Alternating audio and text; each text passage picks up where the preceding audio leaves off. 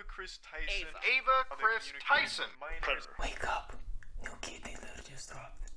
Dude, it's like we wake up every day and you hear about a new YouTuber who likes kids a bit too much. So we had Dr. Disrespect the Kids, Cody, Kid Lover 9000, and now we have Ava, Drawn Kids Are Better Than Live Kids Tyson? And especially this last one seems to be never ending, because every day a new allegation seems to pop up. Long story short, so she kept a not safe for work Discord server, and guess what? There were teenagers in there, and she shared a lot of inappropriate material with them. She's been a long-term follower of Shadman, and apparently this guy drew not safe for work lolicon and apparently some not safe for work drawings of real children. And then she also decided to buy a drawing from this Shadman, and now she got accused of sexual assault by oh wait, it's an adult this time, Mooskina. Then had her old Reddit account exposed, and you wouldn't believe it, it's full of inappropriate stuff. And lastly, even her sister accused her of not being trans, but rather having a fetish of dressing up as a woman?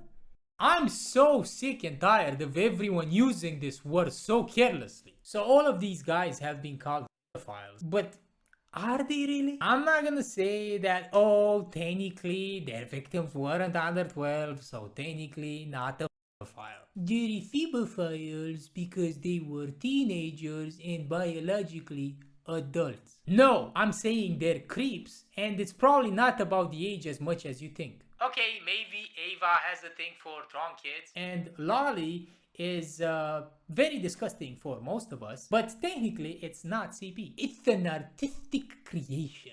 The artistic is debatable, but alas, I am not an art critic. If people enjoying this kind of degenerate porn makes them pedophiles, then people playing video games in which they murder people and people who watch slasher movies are murderers. And I think we can make the distinction between someone that likes violent movies and someone that watches snuff films. Besides, someone watching degenerate porn like Lolly doesn't really hurt anybody, unlike CP, and it doesn't mean they would like to do it in real life. For example, a lot of women like very violent porn.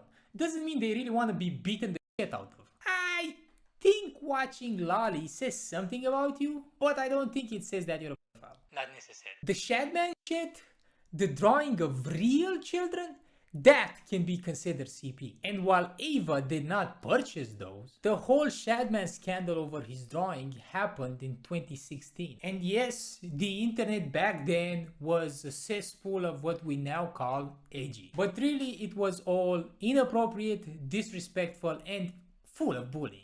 And Shadman was the one to compile all of that into his art. And he was the king of daring to push boundaries. The real edgelord, I guess. Never heard of him until now, but it seems like he was quite popular in his anime niche. This is why you just stick to Dragon Ball, and then when you see how garbage Naruto is, you just get out. And that's when people kind of quit their affiliation with him, or they just went quiet. But not Ava. From her messages in her Discord and the reveal of the Shadman page on stream, it seems like her fangirl heart remained attached to Shadman well into 2019, which I guess it can be a sign of real inappropriate feelings towards minors and the fucked up camaraderie with Shadman over their disgusting aspirations. Or it can be stupid inappropriate feelings towards being an edgelord, being the cool one, aka the one who dares to stick to weird disgusting things like Shadman. If today quirky mental illnesses and queerness makes you special, back then it was who can be the biggest piece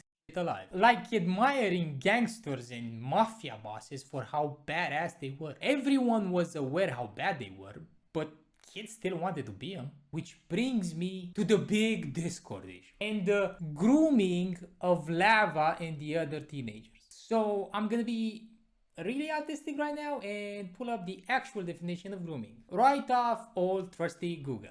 The practice of preparing or training someone for a particular purpose or activity. Yes, it doesn't even have to be sexual. I don't know if anyone's realized it yet. Grooming is preparing someone for a specific end goal. In the context of corruption of minors, it's preparing the kid with certain actions that have the objective of making sexual contact seem normal, expected, and needed for the end goal of having those sexual relations with the minor. This means not every inappropriate action or word said towards a minor is grooming, because grooming requires the specific intentions of those actions or words to lead to the sexual relationships with said minor, who might even become an adult in the meantime. Basically, Ava would have to have the intent to become these kids' partner at some point. So Lava insisting he wasn't groomed is probably true, because it may not have been Ava's intent. The inappropriate behavior and conversations are real, and as Lava said later in his Twitter post, it wasn't right. It's corruption of mind. Immoral, illegal, creepy as shit.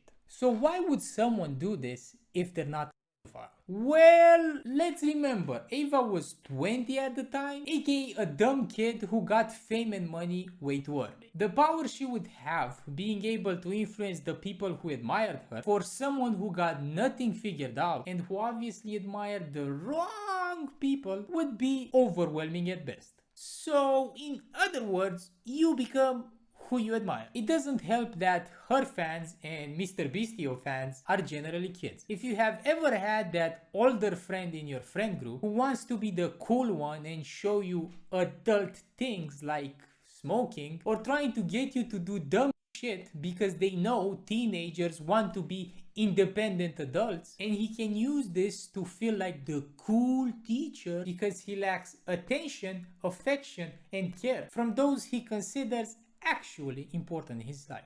Does this make it better? Nope. Ava Kris Tyson is a creep. Most likely a porn addicted creep. Probably how she ended up so deep in the lolly thing. And you can see it in the subtlety that is her Reddit comment. If this is not porn brain, I don't know what is. And the thing is, it's not really about the age with porn addicts, but rather the novelty of the content, so they can get a big dopamine rush. Some do actually become pedophiles though. You can condition a brain to be anything if you're persistent enough. Is that Ava's case? We can't really know, but what we do know is that she had plenty of opportunities to meet any of the teenagers in the group. She had all the opportunities to carry private conversations that she could lead to cyber sexual activities at the least. And we all know pedophiles have a horrible track record when it comes to self-control, especially when in close proximity to the object of their pleasure. And it seems for now, because who knows what tomorrow's gonna bring up in this case,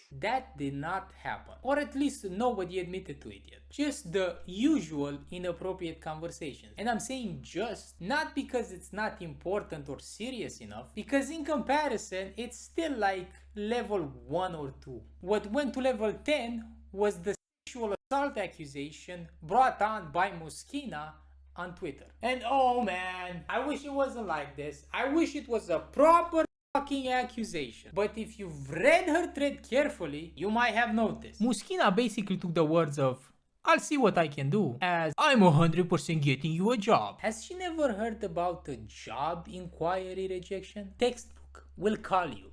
And then gets into a sexual relationship out of her own fear that Ava would not meet this promise that didn't actually happen if she rejected her advances. If Ava would have said, "You either do this or you have no chance," or later into the relationship, "You either do this or you're fired," then it would be a problem. In the entire story of the relationship, which we should remember is the version Mooskina has written up to portray herself in the best possible light, Mooskina does not speak up, nor does she say no, just goes along with things. Once she expresses her discomfort, the sexual relationship stops. So did Ava do anything wrong? Yeah.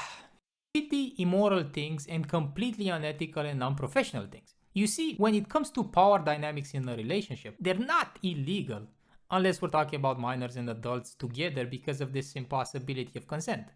You can consent to being part of an unbalanced relationship. Navigating the power imbalance is what makes those relationships exceptionally hard to successfully keep fulfilled and happy. Ava, as the one with the power, had the responsibility of not starting this relationship if she had an ounce of professionalism. And if she did start it, she was supposed to make sure there's a way to balance this power. Should have definitely made sure there's consent enthusiastically expressed at every step. But we've seen how brave she is, so not surprising. But sexual assault is a reach. There's no proof of Ava showing the intention of using the promise of a job or being her superior to extract sex from Mooskina. It seemed more like she got her a job because Mooskina insisted. And why would she even want to be a part of this company after she felt like she had to pay in sex for it? If Ava had even an ounce of reputation left, she could sue Mooskina for defamation. At this point, Ava should just send her a thank you basket for proving that she's into adults. The most recent thing, because it almost seems like people are not satisfied until everything about this person gets absolutely destroyed. So they have to prove that Ava Kris Tyson is the worst. I don't know about you, but I was convinced that the corruption of minus points, you don't have to make it worse every day. Ava's sister took to the wonderful world of Twitter and felt it was necessary to reveal that Ava is a fake trans woman. It was a fetish all along, since childhood actually. And apparently Ava has always been a degenerate. Makes you wonder what's wrong with her family. There's no way to confirm this. We can only trust it because if your family writes you out and rejects you, you must really be the worst. I find it really peculiar that this whole thing started when people saw that she was transitioning and they just wanted her gone. Because most of the proof has been out there for many years and it could have been brought up at any point. But they really wanted to find something, anything, to prove that she's the monster that they've been seeing. And this time, they happen to find it. Except they're using this as proof for their anti-trans agenda. And now we have her family coming out and saying, actually, she's not even trans. This was my conspiracy theory. Unfortunately, this time, the transphobes were correct. Ava deserves to be chased off the internet and Mr. Beast was right for firing her. And I keep saying her instead of rejecting her transness because we don't know for sure. It doesn't cost me anything to be the bigger man. But the internet's been exploding for a while. It's like everybody's on the hunt for all these influencers to find out if they had any morally questionable relationships. Maybe they dared having sex with a 17-year-old at 25 and their name is Cody Coco. K-O, Co, whatever. And then they can shout, huh, illegal, 17 is less than 18. Congratulations, you can do basic math. You don't care about the nuance that makes this a disgusting mess. You just want the drama, you little addicts. You go to your beloved commentary channel and you wait for the outrage. Oh no, she wasn't 3 months older. Fucking file. So if it were 3 months later, does that make it okay? The clock turns 12, she clicks her 10-inch heels twice and suddenly transforms into a responsible human being with everything figured out. And then does a Tanakon at 20 and scams her fans and does horrible shit. Damn, I must have skipped that phase. Or is that phase just for women? Cause science apparently doesn't think so. Not even Miss Tana over here agrees with it because she continued doing stupid shit until she was 23. While adolescence might be split into 3 phases, early adolescence 10 to 13, middle adolescence 14 to 17, and late adolescence 18 to 21, this entire period's main goals are developing an identity, building competence, gaining acceptance from peers. And all of these require a degree of risk-taking. Like Ava's refusal to delete the not safe for work Discord server, adolescents' perspective on risky behavior may be very different from that of adults. Not only that, adolescents process decisions related to risk quite differently from the way adults do. That is, not only are they attuned to different goals than adults, but they also think differently, transitioning between verbatim-based analysis of risk-reward trade-offs to gist-based intuitions about the essential bottom line of risky decisions. Experience, context, and culture shape the gist representations and the retrieval of values that are central to healthy decision making. Did you get that? Teenagers take risks all the time and they're not consistent about the reasoning behind their actions. And did you catch the part where teenagers have different goals compared to adults? Adolescence lasts until 21 and the brain's frontal lobe continues developing until about 25. And some say for people with ADHD, it might even get closer to 35. Sure, the brain never stops changing, but when it comes to your personality, what you want from life, and the ability to discern what risks are worth taking, all of that is gonna develop all the way into your mid-20s. And this is why Ava felt comfortable enough with these teenagers to be stupid, and this is why the Cody KO situation shows more of the power dynamics that come from different age groups. The person with more life experience, more self-control, the person who can assess the risk involved in in a situation has significantly more power than the person who doesn't have any of that.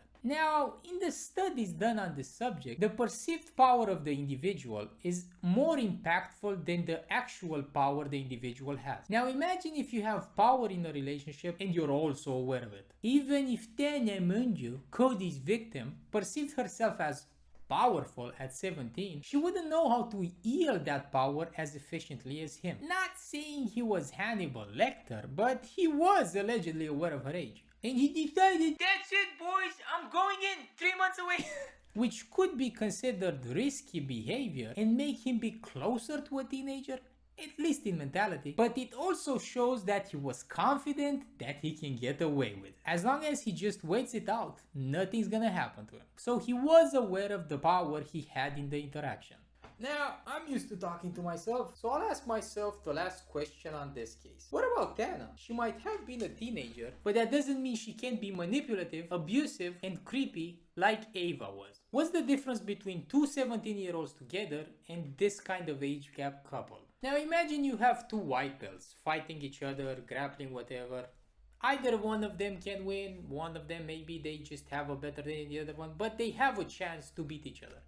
Now, if you bring on a blue belt, now the odds are heavily shifted towards the blue belt. It doesn't mean the white belt can never win, but the odds of them winning are way lower. And sure, the blue belt isn't a master, but the balance will always tip in the favor of the one with more experience, more training, and more versed in the sport. In this case, the sport of life. But two black belts don't have much imbalances. So to translate, the age gap becomes insignificant the closer the partners are in life stages. A 35-year-old and a 45-year-old or a 50-year-old, there's not that much, except for probably, I don't know, arthritis. Unless one person is mentally disabled, but that's just a different issue. Oh, so you're saying it was fine for Chris to talk to all of those teenagers because they were all teenagers? No, you creepy fuck. I'm saying there's something more important than the numbers. And I can't believe I'm saying this. Numbers are super important. You have to have an order to things. I don't know what the fuck is wrong with me. Even if the law changed tomorrow and made the age of adulthood be 25, as I wish it to be, there would still be a significant difference between the life stage Ava was in and the life stage those kids were in. The younger you are, the bigger the differences are year to year. While Ava was thinking about bills, sex, and public image, those teenagers were worrying about homework, what their mom made for breakfast, and sex, I guess. But it's understandable why Ava would feel comfortable interacting with them at 20 compared to being 25 and interacting with a teenager. Corruption of minors means you're introducing a minor to acts that only adults can consent to. Basically, you're not allowing them to experience the simplicity and innocence of their life stage, and you're forcing them into the acts of an advanced one that they're not ready for. But not all the people that do this are pedophiles, and I think it's really hard for people to accept this. The pedophile is the one that is aroused by this process. Pedophilia is not a sexuality, it's a paraphilia. Think of it as an extreme, persistent, obsessive fetish. Most pedophiles can have sexual relationships with adults as well. That's how they stay under the radar. And in most cases, it's a result of childhood sexual trauma and mental illness. But there's not much information about them because people are so repulsed by it, they can't stand the thought of helping these people even if they haven't offended. In fact, they'd rather cheer for their death. And the new internet sensations are the pedo hunters who capitalize on the hate. They find possible pedophiles, confront them, make fun of them. Some of them even assault them to fulfill the audience's craving for revenge. And then not much. Even those who call the police don't really follow up on them to see if these people were even convicted of anything. I would imagine convictions wouldn't stand much when the confession is made under those circumstances. But there's one case that got some pushback. This guy, caught with having been in a Telegram group where CP was shared and he saved and watched some of it. After the hunters confront him, they call the police who interrogate him shortly and then leave to begin procedure of, I'm guessing, detaining him? He goes back inside his house and unalives himself. And then people cheered. While your greedy little mouths laugh, all of you missed the important detail. He was part of a group. If the hunters would have done this in a way that the police could do the necessary procedure to get him into an interrogation room, they may have been able to get information on that group. Maybe that group wouldn't have known to hide and go under right now. Maybe these hunters would have helped all those kids by getting all of them caught. But nah, it's about the views. They could prove they got the person arrested through police record. They don't have to physically confront them on camera. But it wouldn't be satisfying and sensational. And I'm all about justice when the system failed you completely. But taking justice into your hands before going through the official means, you're just choosing to be a savage. No matter how horrible a person, they all deserve a defense, right? Because we know it's easy to punish innocents as well. So it's kind of a compromise. To protect the innocent, we have to give the criminals some rights. We're supposed to be the ones who know better, the ones who make the world safer. How do we do that instead of learning about what makes this disease appear in people so we can prevent it from happening again? We shout and collectively stone them as if it's the Middle Ages. And how much more are you gonna dilute this word? You're using this word as an insult towards someone that says something you don't agree with? I even saw a comment of a woman who said these monsters start early, like when they're 9 or 10. Kids liking kids? That's what we're calling pedophiles now? Don't get me wrong. Children can absolutely sexually abuse other children. And it's a horrific thing because you have nobody to blame because both children are victims. Children repeat what they see and what they experience. But I'm sure she wasn't trying to bring awareness to this.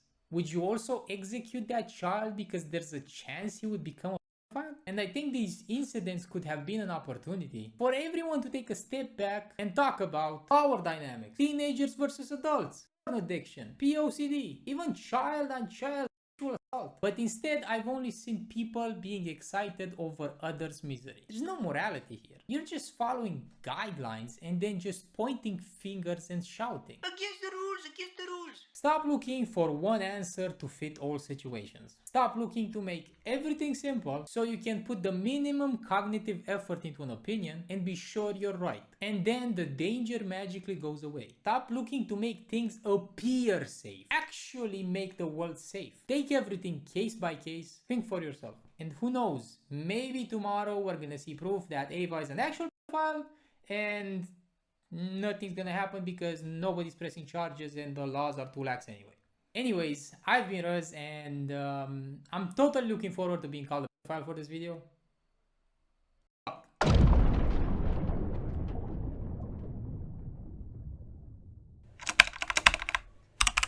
I hate the fucking name.